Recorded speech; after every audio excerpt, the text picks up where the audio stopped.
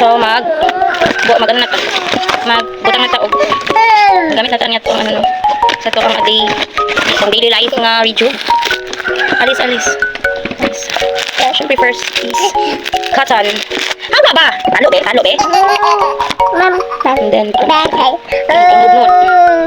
Ang kape ta. Pagdula ko dito yan na be. Kape na dito ka. Dito ka. Siya lugaw kayo. Paigot, grabe pa ito kalugod-lugad. Magkakalikod. Alis dyan! Hoy! Doon na. Gina!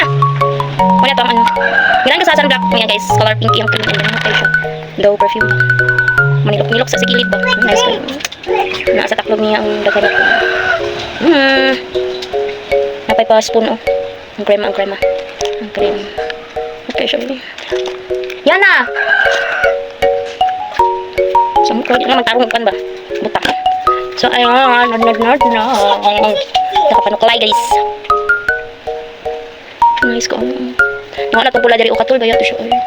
Panong magamit yung YouTube. Dagan kik struggles. Magamit sa YouTube ka. And then, sa karoon ng Islam, nindot ko dito ang hawdar. Ako manghod kayo, nag-rejuve na po siya itong lalaki na ko nga manghod. So, pwede man si Hamisan rejuvenating sa panlalaki. O, ang anak ko, nagnot po siya. And then, magamit ang lip tint, guys. Kay Ange Collection. Pag-order mo sa iya, guys, nice si Ange. Pika ko na. Wala ba yung lip tint? Ayun niya. Dugan ko gusto mo lip tint. Mas mauna pa ako order ang sa mga pangbalay lang. Pero ang sa lip tint, wala. Pero nagplano-plano ko. And then, isuro naman dito yung pinsan ni sa Christine. So, ako siyang di. Kuhaan. Magbutang ng taga-Mayra. Ikatagin mo. Partikod kayo laspag. Luspad. Di ay luspad. So, very, very good ka, ha? No! Sige, manuklay ka na. So, ano ni ang last manuklay ka. So, ay, guys.